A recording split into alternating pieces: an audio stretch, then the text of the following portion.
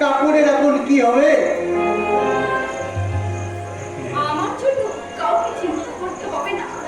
আমি আমার নিজের জীবনটাকে শেষ করে দিই, আত্মহত্যা করব। না আমি তোমাকে আত্মহত্যা করতে দেবো না কাকু। আমি তোমার সব কলঙ্ক মুছে দিয়ে আমি তোমাকে আবার নতুন করে দিয়ে করবো কাকু। ঠিক, তুই ঠিক বলেছিস রাহুল। আজ আমাদের সংসার ভাঙা কাটে সবটুকু কালো মেঘ সরে গেছে বাবা।